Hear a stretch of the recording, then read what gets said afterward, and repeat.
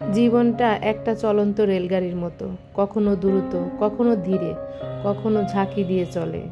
এই যাত্রায় উঠবে অনেক মানুষ, কেউ সঙ্গে থাকবে কিছুটা পথ, কেউ থাকবে কিছুটা সময়, আর কেউ থাকবে শুধু আসবে নিজের মতো করে কিছু বলে চলে যাবে। কিন্তু মনে রাখবেন, চূড়ান্ত গন্তব্যে পৌঁছানোটা একান্তই আপনার নিজের দায়িত্বের মধ্যে পড়ে। আমাদের জীবনে যে মানুষগুলো আসে, সৃষ্টিকর্তা কোনো না কোনোভাবে কোনো প্রয়োজনে সেই মানুষগুলোকে আমাদের কাছে পাঠায়। কেউ শিক্ষা দেয় তো কেউ শিখিয়ে দিয়ে যায়, কেউ বা আঘাত করে, আবার কেউ বা হাত ধরে বাঁচতে শেখায়। এটার নামই হচ্ছে জীবন।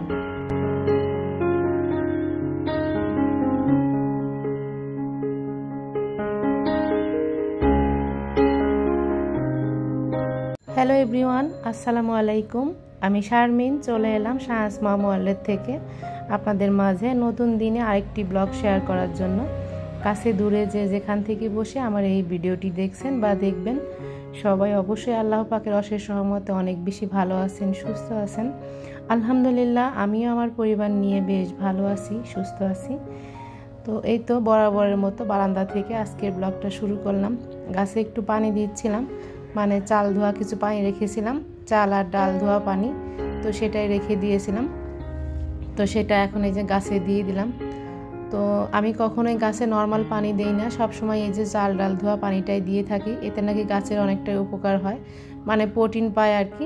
তো এই জন্য সবসময় চাল ডাল ধোয়া পানিটাই আমি দেই। তো যতটুকু থাক আর কি সেটাই আর কি দেই। তো গাছগুলো দেখছিলাম, আর মাশাআল্লাহ বৃষ্টির দিনে গাছগুলো বেশ সুন্দর গ্রো হয়েছে।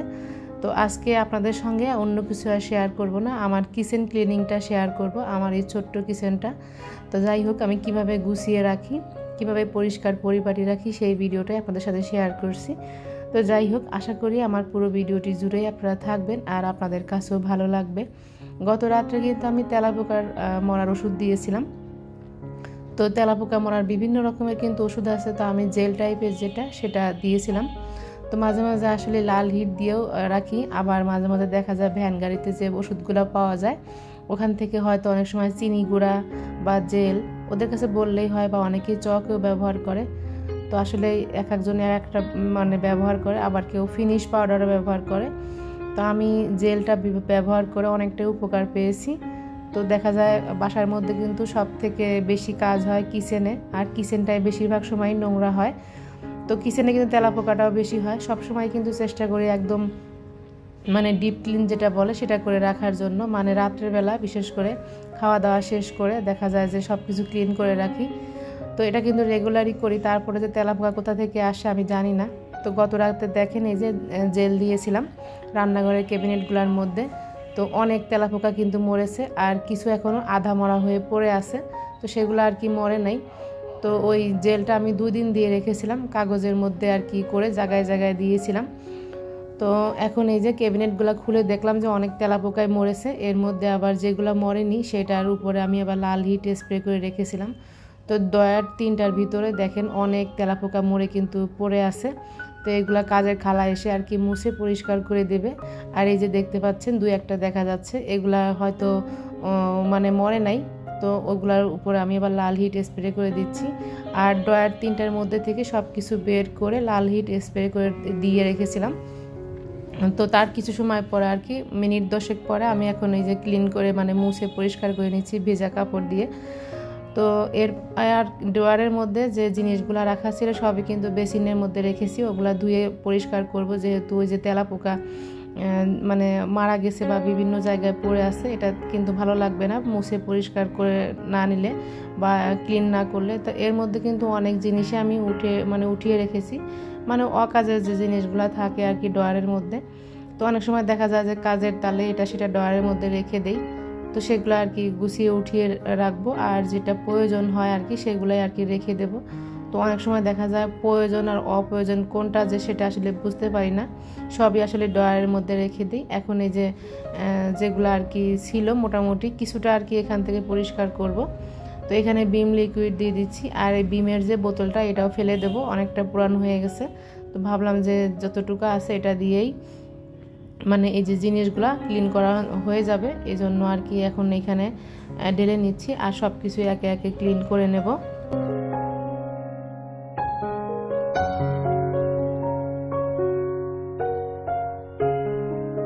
প্রতি মাসেই দেখা যায় রান্নাঘরটা একবার করে ডিপ ক্লিন করি, না হলে আমার একদমই ভালো লাগে না।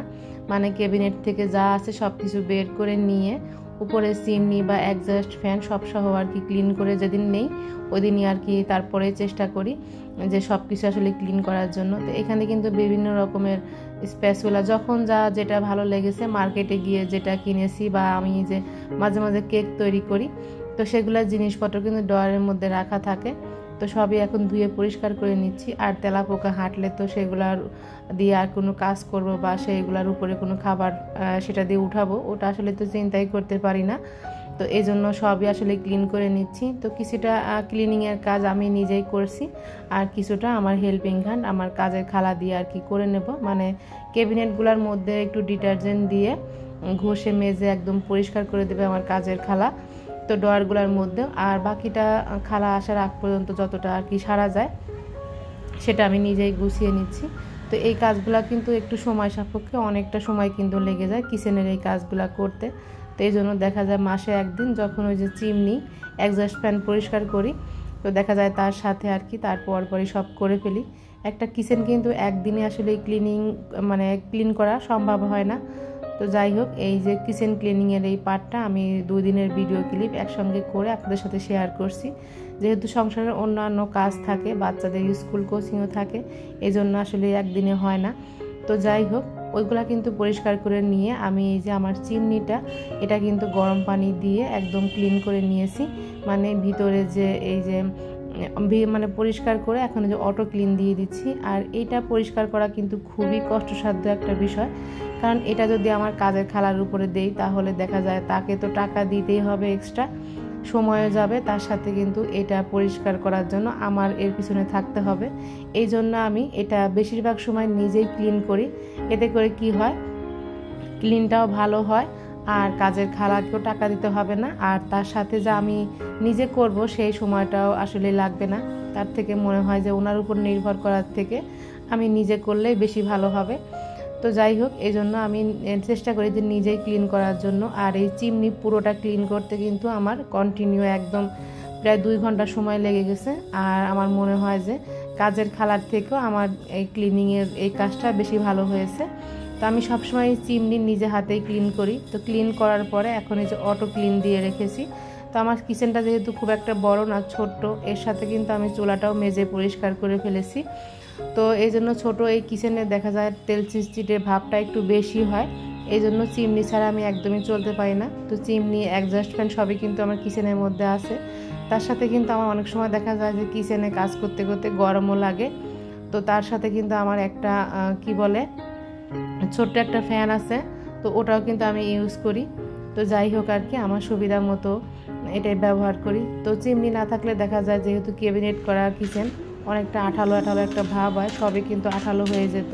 এই জন্য আসলে চিমনিটা ইউজ করা। তবে পরিষ্কার করতে গেলে আমার মনে হয় যে কান্না চলে আসে ওটা ক্লিন করতে। তো ওটা ক্লিন আপনাদের সাথে শেয়ার করি না, কারণ অনেকটা সময় সাপেক্ষ আর অনেক আঠালো। মানুষ যত রান্না বান্না তেল চর্বি মনে হয় যে ওই চিমনির মধ্যে দিয়ে আর কি জমা হয়। যাই হোক আর কি, সেটা আমি শুধুমাত্র ফুটন্ত গরম পানিতে ভিজিয়ে রাখি, তারপরে ডোলে পরিষ্কার করে ফেলি। তো কাজের খালার কাছে দিলে দেখা যায় সময়ও লাগে, তারও তো সময় থাকে না, বিভিন্ন বাসায় কাজ থাকে, এই জন্য সবসময় আমি চিমনিটা নিজে হাতে পরিষ্কার করি। তো যাই হোক, ওটা আর আপনাদের সাথে শেয়ার করিনি। তো এখন এই যে কিছু গরম মশলা, দারচিনি, এলাচি, লবঙ্গ বেছে পরিষ্কার করে রেখেছিলাম, ঈদের মধ্যে আনা হয়েছিল, সেগুলো এখন পরিষ্কার বয়ামে উঠিয়ে নিচ্ছি। তো ক্যাবিনেটের মধ্যে যে ঝুড়িগুলো থাকে ছোট ছোট, এই যে বয়ামগুলো রাখি, এইগুলো ছোট ছোট বয়াম জায়গায় জায়গায় রাখলে অনেকটা সময় লাগে, জায়গা দখল করে রাখে। এই জন্য সবসময় চেষ্টা করি এরকম ঝুড়ির মধ্যে রাখার জন্য। আর 3টা ঝুড়ি আছে একটা জায়গায়, তো 3টা ঝুড়ি কিন্তু আমি একসঙ্গে পরিষ্কার করে নিয়েছি। তো সব জায়গা দিয়ে তেলাপোকার ওষুধ দিয়েছিলাম, তো তাই এই যে সব জায়গায় তেলাপোকা মরে পড়ে আছে। তো যাই হোক, এগুলাই আর কি একে একে ক্লিন করে নিচ্ছি।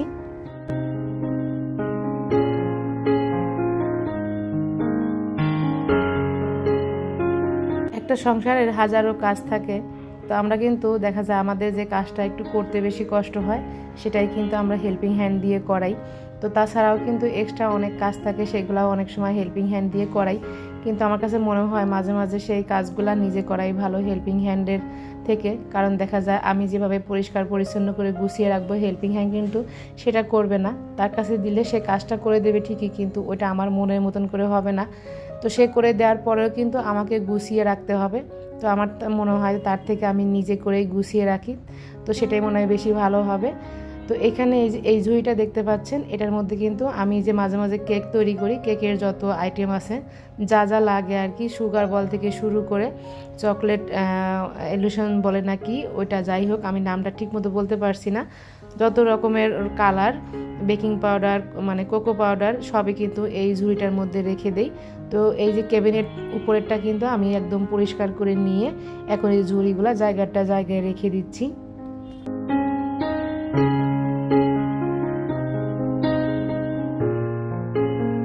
আর সবগুলা ক্যাবিনেট আমি একে একে পরিষ্কার করে নিয়েছি। আসলেই ক্যামেরা ধরে একা একা পরিষ্কার করব, এটা আসলে অনেকটা সময় লেগে যায়, এই জন্য সব কিছু আপনাদের সাথে শেয়ার করছি না। যেগুলো নিচের দিকে আছে সেগুলো শুধু মানে ভিডিও শ্যুট করেছি, আর উপরেরগুলা নর্মালি এমনি পরিষ্কার করে নিয়েছি। তো এই ক্যাবিনেটগুলোর মধ্যেও কিন্তু আমি তেলাপোকার ওষুধ দিয়েছিলাম। তো এখন দেখলাম অনেকগুলা তেলাপোকা মরে পড়ে আছে। তো আসলে আমি চিন্তা করি তেলাপোকা এই ক্যাবিনেটের মধ্যে কিভাবে আসে। তো যাই হোক আর কি, তো কি বলবো, এতটা ডিপ ক্লিন করে রাখি, রাত্রেবেলা কিন্তু সবই গুছিয়ে পরিষ্কার করে রাখি, তারপরেও দেখা যায় এত তেলাপোকা নিজের কাছে ভালো লাগে না। অথচ ঘরের মধ্যে কিন্তু খুব একটা দেখা যায় না, মানে রুমে আর কি, খাটের নিচে বা আলমারির নিচে এইসব জায়গা দিয়ে কোনো কিছুই দেখা যায় না। যত তেলাপোকা মনে হয় যে এই রান্নাঘরে, আর ছোট ছোট বাচ্চা তেলাপোকা অনেক বেশি হয়েছিল। তো যাই হোক, আজকে এই যে সময় পেলাম দেখে একদম ডিপ ক্লিন করে নিলাম। আর এটা হচ্ছে পরের দিনের ভিডিও ক্লিপ। আমি যে ড্রয়ারগুলো একদম পরিষ্কার করে রেখেছিলাম, মানে রোদে দিয়ে একদিন শুকিয়ে নিয়েছি, যেহেতু ভেজা ছিল এজন্য আর কোনো কিছু উঠাই নাই। তো আর ড্রয়ারের মধ্যে যে জিনিসগুলো রাখা ছিল সেগুলো তো ধুয়ে রেখেছিলাম একদিন এক রাত আর কি। এখন পরের দিন সব কিছু ক্লিন করা শেষে তো এখন এই যে এইগুলা গুছিয়ে রাখছি। আর এর মধ্যেও কিছু বাড়তি জিনিস ছিল, সেগুলো আমি উপরের ক্যাবিনেটে রেখে দিয়েছি। তো দেখা যায় সেগুলো খুব একটা বেশি প্রয়োজন হয় না বিধায় উপরে রেখে দিলাম। আর এখানে রেখেছি প্রতিদিন রেগুলার যে কাজের জিনিসগুলো লাগে, রেগুলার বলতে মাঝে মধ্যে লাগে, সেগুলোই আর কি এখন রেখে দিচ্ছি। আর নিচের ড্রয়ারে আমি রেখেছি যত রকমের নুসনি, তারপরে হচ্ছে মাজুনি, এই টাইপের জিনিসপত্র আর কি, এগুলো তো রেগুলারই কাজে লাগে। তো এই তো সব কিছু কিন্তু একে একে গুছিয়ে নিচ্ছি। আর এটা হচ্ছে পরের দিনের ভিডিও ক্লিপ আর কি। তো এখানে এই যে মশলার জার, তেলের জার বা চামচের যে হোল্ডারগুলো, সেগুলো আমি ধুয়ে পরিষ্কার করে রেখেছিলাম সকালবেলা। তো সকালে কিন্তু অনেকটা টাইম পাই আমি, তো সকালে কাজগুলো গুছিয়ে নিয়েছিলাম, কাজের খালার অপেক্ষার এগুলো থাকিনি। তো এগুলো আসলে সবই ভিডিও শ্যুট করতে গেলে আমারও দেখা যায় যে বাচ্চার স্কুলে যাওয়া, কোচিংয়ে যাওয়ার একটা সময় থাকে, তো সেই টাইমটা আসলে পাই না, এই জন্য ওইরকমভাবে শেয়ার করি নাই। তো এগুলা ধুয়ে পরিষ্কার করে একদম মুছে নিয়েছিলাম। তারপরে এখন এই যে জায়গায় রেখে দিচ্ছি। তো আমার এই যে নীল রঙের র্যাকটার কিচেনে আমি সবসময় আপনাদের সাথে শেয়ার করি না, আমার ভালো লাগে না।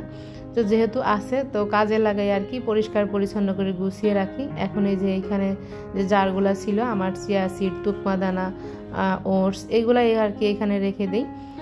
তো আমার এই যে এই কিচেনের মানে এই যে র্যাকটা নিয়ে অনেকে অনেক প্রশ্ন করেছেন, আমাদের র্যাকটা কিভাবে লাগানো। তো আমার এই র্যাকটা হচ্ছে ওয়ালের সাথে ফিটিং করা, যখন কিচেনে কাজ করা হয়েছিল তখনই আর কি মিস্ত্রি এভাবে বানিয়ে দিয়েছিল। তো আমার কাছে খুব একটা ভালো লাগেনি, তো তারপরে যেহেতু আছে ইউজ করি, তো পরবর্তীতে যদি কখনো কিচেনে কাজ করি তখন আর কি এই র্যাকটা চেঞ্জ করে অন্যভাবে আর কি করার ইচ্ছা আছে। তো এখন এই যে জারগুলো এখন গুছিয়ে রাখছি। আর জারগুলো রাখার আগে এখানে ক্যালেন্ডার বিছিয়ে দিয়েছি। তো দেখা যায় এটা প্রতি মাসে একদিন করে করি, ক্যালেন্ডারটা উঠিয়ে ফেলে দেই, এতে র্যাকের নিচের অংশটাও পরিষ্কার পরিচ্ছন্ন থাকে, মানে বোর্ডের উপর আঠালো ভাব হয় না, তো ফেলে দিলেই পরিষ্কার হয়ে যায়। এভাবে করে আর কি কিচেনটা গুছিয়ে রাখি, মাসে একদিন ডিপ ক্লিন করি, আর প্রতি সপ্তাহে দেখা যায় যতটুকু যা যেখানে সেটা ক্লিন করে ফেলি। আর প্রতিদিনের যে রান্নাবান্না শেষে যে মোছামুছির যে কাজ, সেটা তো আসলে করেই থাকি। তো এখন এই যে তেলের জারটা আর কি তেল রিফিল করে নিচ্ছি, তেল শেষ হয়ে গেছিলো জারের মধ্যে। তো কথা বলতে বলতে কিন্তু ভিডিওর অনেকটাই শেষ পর্যায়ে চলে এসেছি। আজকে কিন্তু আপনাদের কাছে এখনও লাইক চাইনি, প্লিজ আপনার মূল্যবান লাইকটা দিয়ে আমার এই ভিডিওটি দেখা কন্টিনিউ করবেন। তো আজকে আমি এখান থেকে বিদায় নেব। সবাই অনেক বেশি ভালো থাকবেন, সুস্থ থাকবেন। আল্লাহ হাফেজ, আসসালামু আলাইকুম।